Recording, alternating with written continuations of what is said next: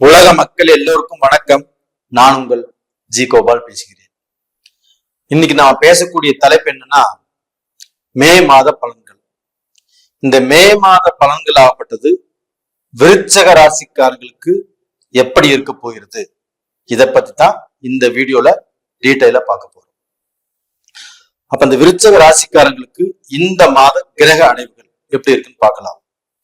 மேசத்துல சூரிய பகவான், ரிஷபத்துல குரு பகவான் சுக்கிர பகவான், கன்னியில கேது பகவான், கும்பத்துல சனி பகவான், மீனத்துல ராகு பகவான், செவ்வாய் பகவான், புதன் பகவான்.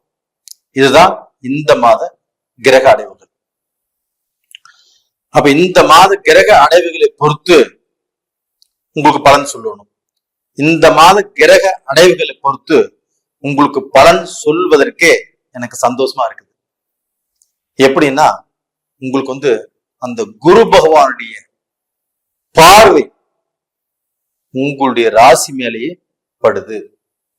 அப்ப அந்த குரு பகவான் ஆகப்பட்டது உங்களுக்கு 6ஆம் இடத்துல இருந்து பல சிரமங்களையும் பல கஷ்டத்தையும் வாழ்க்கையில சொல்ல முடியாத சில பிரச்சனையும் சிலருக்கு கொடுத்து அதுல துவண்டு போய் எந்திரிக்க முடியாத அளவுக்கு நம்ம வாழ்க்கை அவ்வளவுதான் முடிஞ்சு போச்சு, நாம நீ எந்திரிக்க முடியாது, நம்மளால ஜமாளிக்க முடியல, நம்ம அவ்வளவுதான் அப்படின்னு நினைச்சவங்களுக்கு கூட இந்த குரு பயிற்சி அவங்களை எந்திரிச்சு நிக்க வச்சு அவங்களை ஆள வைக்கும். அந்த மாதிரியான குரு பகவானாப்பட்டது மே மாசம் 1ஆம் தேதி உங்களுடைய ராசிக்கு 7ஆம் இடத்துக்கு பயிற்சி இருக்கிறாரு. அந்த 7ஆம் இடத்துக்கு பெயர்ச்சி ஆகி அந்த 7ஆம் பார்வையாக உங்களுடைய ராசியை பார்க்கிறார். நீங்க கூட வருத்தப்படுவீங்க, என்ன சார் எங்களுக்கு எந்த குரு பயிற்சியும் எங்களுக்கு பலனை கொடுக்கல, எந்த சனி பயிற்சியும் எங்களுக்கு பலனை கொடுக்கல, எந்த ராகு பயிற்சியும் பலனை கொடுக்கல அப்படின்னு வருத்தப்படுவீங்க. வருத்தப்படாதீங்க விருச்சிக ராசிக்காரங்களே. எப்படி இருந்தாலும் கால சூழ்நிலை ஒரு நாள் மாறும். அந்த மாறக்கூடிய நேரம், மாற்றம் தரக்கூடிய நேரம், உங்களுடைய வாழ்க்கையை பொன்னாக்கக்கூடிய நேரம் இந்த பீரியட்ல கண்டிப்பா வந்தாச்சு.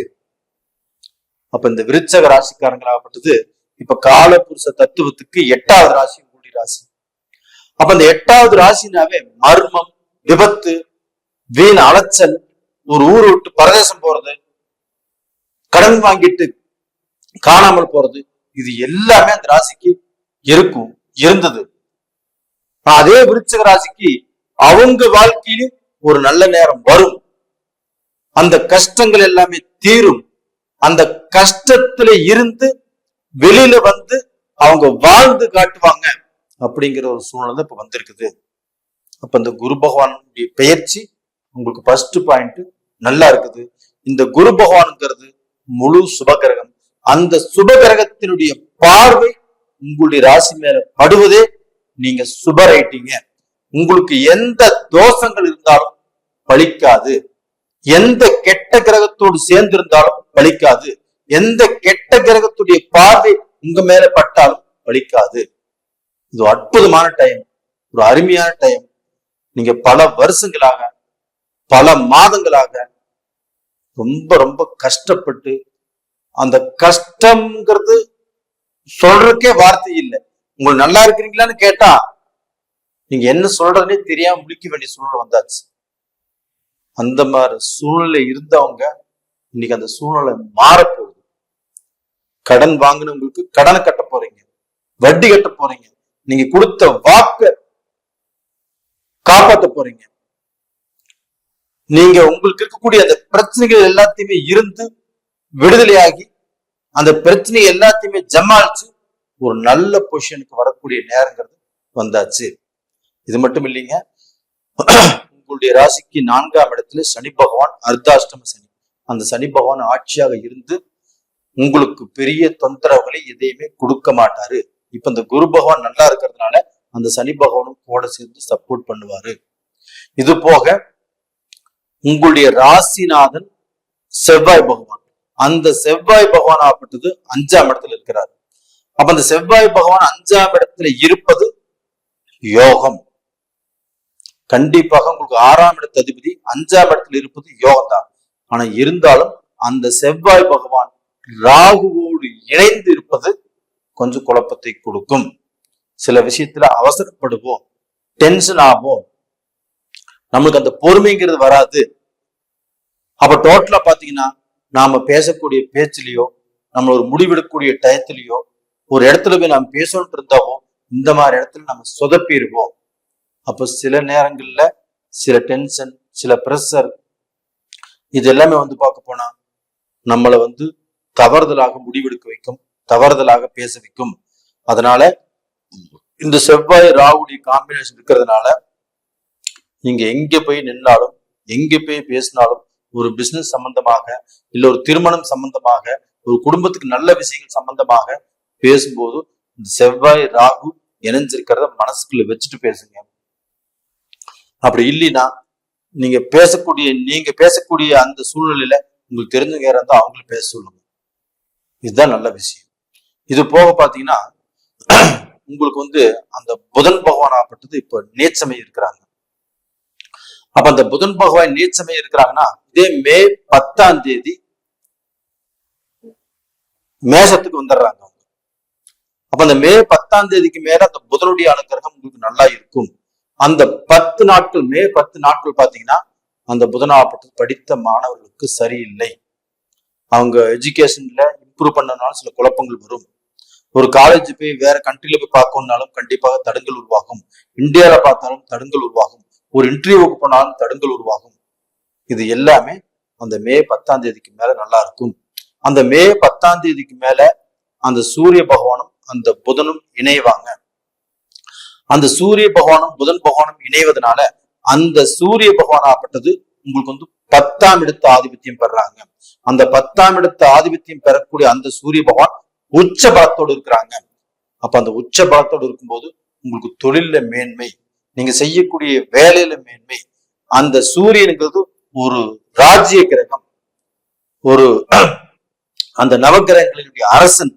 அப்ப அந்த சூரிய பகவான் ஆகப்பட்டது உங்களுக்கு கெடுதலை பண்ண மாட்டாரு. அப்ப அந்த மே 14 வரைக்கும் 15 வரைக்கும் அந்த சூரிய பகவான் மேசத்தில் இருப்பாரு. அப்ப அந்த மேசத்திலிருந்து உங்களுக்கு செய்ய வேண்டிய நல்லதை செஞ்சுட்டு தான் கண்டிப்பாக அடுத்த ரிஷபத்துக்கு போறாரு. அப்ப டோட்டலா பாத்தீங்கன்னா அந்த சூரியனும் உங்களுக்கு நல்லதை செய்யக்கூடிய இடத்துல இருக்கிறாரு. அந்த சூரியன் கூட புதன் இணைவதனால உங்களுக்கு படிப்பு விஷயங்கள், காலேஜ் சம்பந்தப்பட்ட விஷயங்கள், இன்டர்வியூ சம்பந்தப்பட்ட விஷயங்கள், நீங்க எந்த முயற்சிகள் எடுத்தாலும் கண்டிப்பாக நடக்கும். இது போக பாத்தீங்கன்னா அந்த குரு பலன். அப்ப அந்த திருமண யோகம் இருக்குதா அப்படின்னா கண்டிப்பாக இப்ப அந்த திருமண யோகம் உங்களுக்கு வந்திருக்குது. அப்போ நீங்க சென்ற காலங்கள்ல திருமணம் பொண்ணு பார்த்து மாப்பிள்ளை பார்த்து இப்ப கல்யாணம் எல்லாம் பிக்ஸ் பண்ணி மண்டபத்துல கூட நிறைய பேருக்கு தடுங்கலே இருக்குது. இல்ல அடுத்தவங்கனாலையும் பிரச்சனைகள் இந்த கல்யாணம் தடுங்கலே இருக்குது.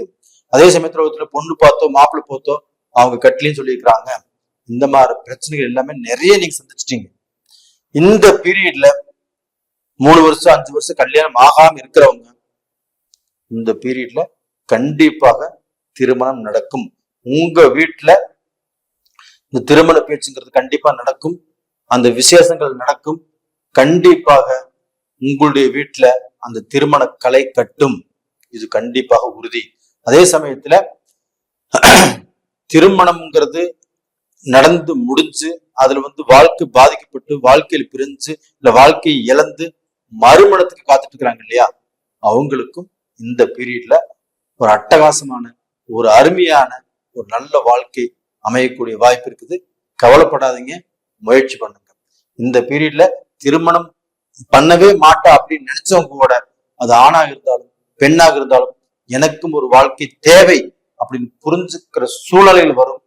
கண்டிப்பாக அவங்களுக்கு அந்த திருமண எண்ணங்கள் திருமணம் பண்ணிக்க ஒத்துக்குவாங்க. இதே சமயத்துல குடும்பத்துல ரொம்பவே மனஸ்தாபங்கள், மன கஷ்டங்கள், மன உளைச்சல், கணவன் மேல நம்பிக்கை இல்லாம போச்சு. இவர் இங்க நம்மளை காப்பாத்துறாரு, இவருனால நமக்கு நிம்மதியே இல்லை, நாம் எவ்வளவு கஷ்டப்பட்டு எவ்வளவு வேலைக்கு போய் நம்மளை நல்லா கொஞ்சம் ஏத்துக்கல அப்படின்னு குடும்பத்துல வேண்டா வெறுப்பா வாழ்ந்துட்டு இருக்கிறவங்க கூட இந்த பீரியட்ல கணவனை மனைவி புரிஞ்சு, மனைவியை கணவன் புரிஞ்சு, அந்த வாழ்க்கையில நல்ல சந்தோஷமாக வாழ்வதற்குண்டான வாய்ப்புகள் இப்ப உருவாயிருச்சு. இதனால கண்டிப்பாக இதற்கு மேல கஷ்டமே இல்லாமல் நீங்கள் இருவரும் சேர்ந்து உங்களை சுத்தி உள்ள பிரச்சனைகளை கண்டிப்பா நீங்க தீர்த்துக்கிறதுக்கு முயற்சி பண்ணுவீங்க. அப்போ உங்களுக்கு உறவினர்களும் பகையா இருந்தவங்களும் இப்போ உறவாவாங்க. உங்க நெய்பர்ஸும் உங்களுக்கு சண்டை சச்சரவு மனஸ்தாபம் இருந்தாலும் அவங்களும் உங்களுக்கு ஒன்று கூடி வருவாங்க. இது மாதிரி நல்ல விஷயங்கள் நடக்கவிருக்கிறதுங்க. விருச்சிக ராசிக்காரங்களே கண்டிப்பா நீங்க நல்லா இருப்பீங்க. நேயர்களே, இந்த பதிவு பிடிச்சிருக்குன்னு நினைச்சேன். பிடிச்சிருந்தா லைக் பண்ணுங்க, சப்ஸ்கிரைப் பண்ணுங்க, ஆல் அப்படிங்கிற பெல் பட்டனை பிரஸ் பண்ணிக்கோங்க. உங்களுடைய ஜென்ம ஜாதகத்துல உங்களுக்கு என்ன நட்சத்திரம், என்ன ராசி, என்ன லக்னம், இதை தெரிஞ்சு உங்களுக்கு என்ன தசை நடக்குது, அந்த தசை தோஷமா இல்லை யோகமா இல்லை நமக்கு நல்லது செய்யுமா அப்படிங்கிற பார்த்துட்டு அடுத்த முயற்சி பண்ணுங்க. அப்படி பார்க்கணும்னு நினைச்சீங்கன்னா கீழே 2 நம்பர் கொடுத்துருக்கோம். வாட்ஸ்அப் பண்ணுங்க, கால் பண்ணுங்க. உங்களிடமிருந்து விடைபெறுவது உங்களின் ஜி கோபால். நன்றி, வணக்கம்.